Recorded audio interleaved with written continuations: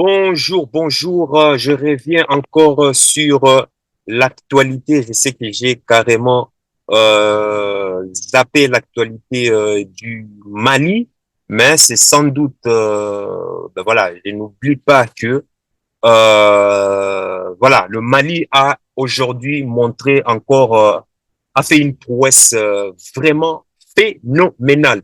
Le Mali a envoyé une onde de choc à tout peuple noir de cette planète Terre, que un peuple ne se libère jamais, mais au grand jamais avec les étrangers, que aucun sauveur,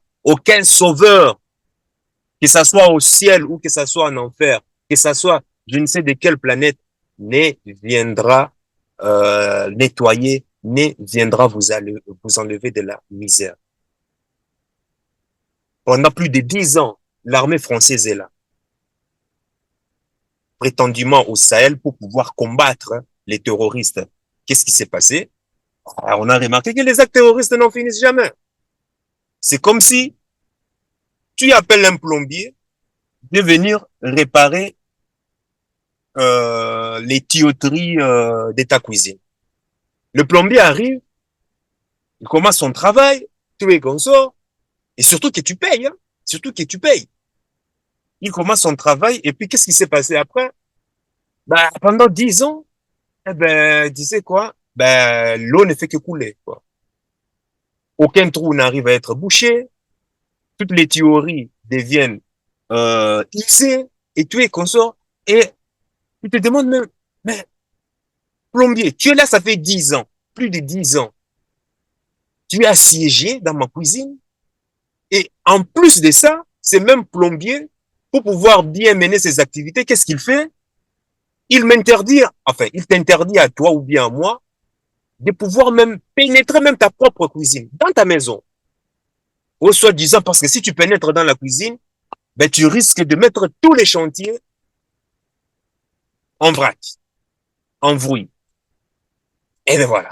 Alors, du coup, tu te dis, bon, voilà, plombier, moi, je t'ai déjà payé, donc, merci quand même pour l'effort que tu as fait. Maintenant, je vais te demander que tu enlèves tes tralala, que tu enlèves tes affaires, que tu enlèves tes outils, que tu t'en ailles. Moi-même, je vais devoir faire l'affaire. Le plombier dit non. Le plombier commence à faire un problème. Oh, comment ça se fait que toi, tu me demandes mon aide et c'est toi encore qui viens encore me dire de partir? Non, ça se fait pas. Le plombier fait tout un tapage nocturne. Puis au final, il est quand même obligé, il s'avoue vaincu. Au lieu de partir par la grande porte, il sort quand même par la petite fenêtre.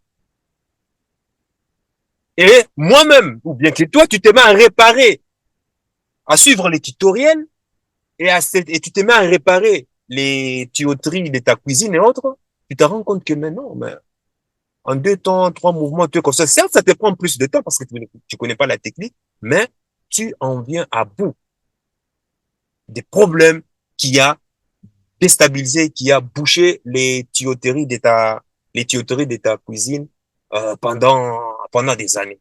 Et tu te dis, mais c'est incroyable. Et puis bizarrement, que fait le plombier? Ben, il va à l'extérieur et il est en train de, comment on appelle ça, de saper justement les tuyauteries qui quittent la ville à travers les égouts pour venir alimenter justement ta maison. Voilà. Pourquoi? Comment ça se fait que toi, tu aies trouvé la solution? Donc, c'est toi qui veux le ridiculiser à travers le monde. C'est toi qui veux montrer que lui, il n'est pas professionnel. Donc, pour t'empêcher de me honnir, pour t'empêcher de ridiculiser mes compétences, eh ben, tu sais quoi? Je vais te foutre la merde. Eh ben, c'est ce qui se passe avec le Mali et l'opération Barkhane, des Serval à Barkhane, bref. C'est pareil. La France qui est venue prétendument combattre les terroristes, ils ne sont jamais venus à bout de ces terroristes. Au contraire, ils complotaient, ils alimentaient ces terroristes pour quoi? Déstabiliser le Mali de telle sorte que le pillage des richesses minières puisse profiter à ces entreprises qui sont partenaires avec le gouvernement, euh, les gouvernements, euh, les gouvernements français. Et ça a été ainsi pendant des années, des années. C'est-à-dire, l'opération Barkhane était un prétexte, une illusion qui servait à l'armée française de piller les ressources, d'avoir accès aux ressources, d'avoir accès à toutes les mines, mais de manière gratuite.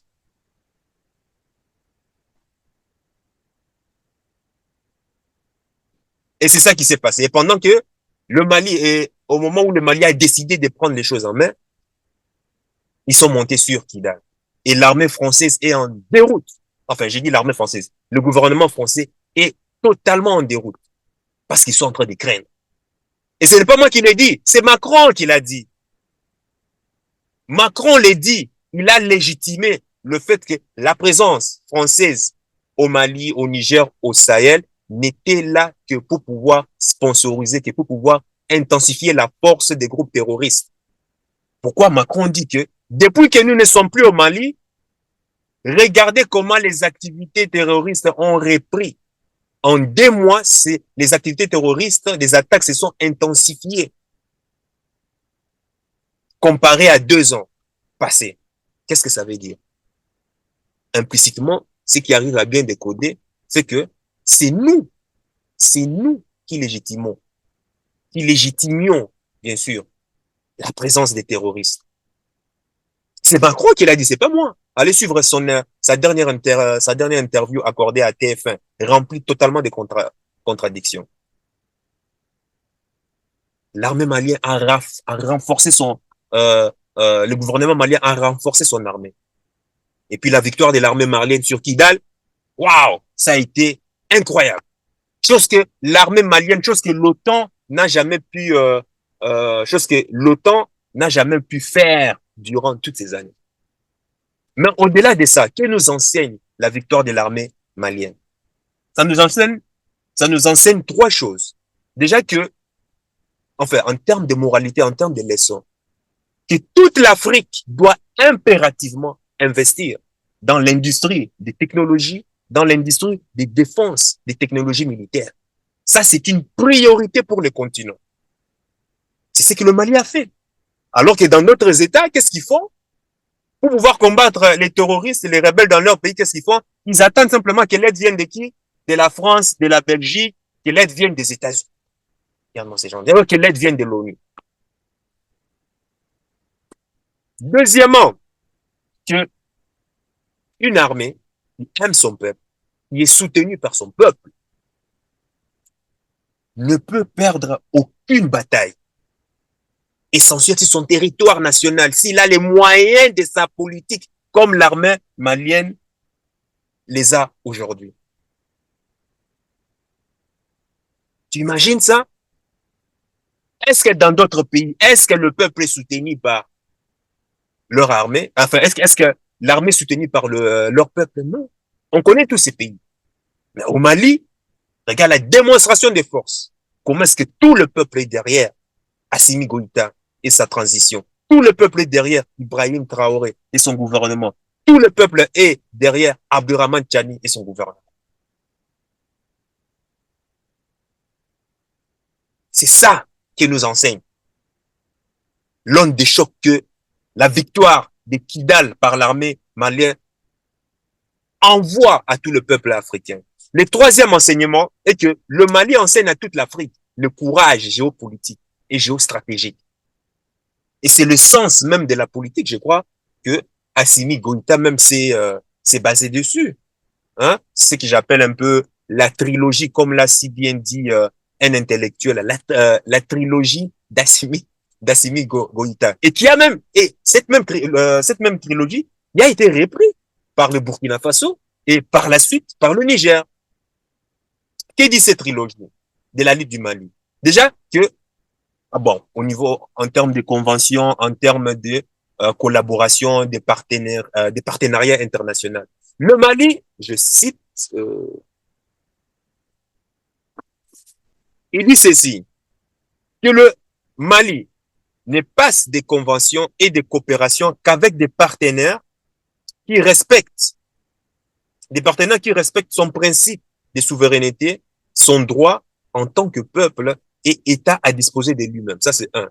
2, le Mali ne passe des accords et de coopération réellement qu'avec des États qui lui reconnaissent l'entière liberté de choisir son principe de souveraineté, son droit et en tant que peuple et État de disposer de lui-même. Et puis le troisième, je cite, encore, tu peux suivre, c'est un article sur Internet. Le troisième élément de la trilogie d'Assimi Goïta, je cite, le Mali ne coopère qu'avec des puissances qui reconnaissent du Mali de rechercher les intérêts vitaux de son peuple. Fin. Voilà. Ce sont ces trois principes qui ont été repris aussi par le Burkina Faso. Et ce, par même le Niger aussi, actuellement. Ce sont ces trois principes aujourd'hui. Quand on analyse le fond, ça renvoie à quoi? À la vision panafricaniste. Telle que l'ont pensé tous nos prédécesseurs, telle que l'ont pensé tous nos aïeux, comme Thomas Sankara, Kwame Nkrumah, Julius Nyerere, Francis Cabral, Marianne Gwambi, bon, Nelson Mandela aussi, Kadhafi ici récemment, Ruben Niobé, enfin, pour n'en citer que celle-là, il y en a énormément. Sékou Touré, voilà, Sékou Touré. Et c'est cette doctrine qui a été mise en œuvre au Mali. Et le résultat aujourd'hui est là.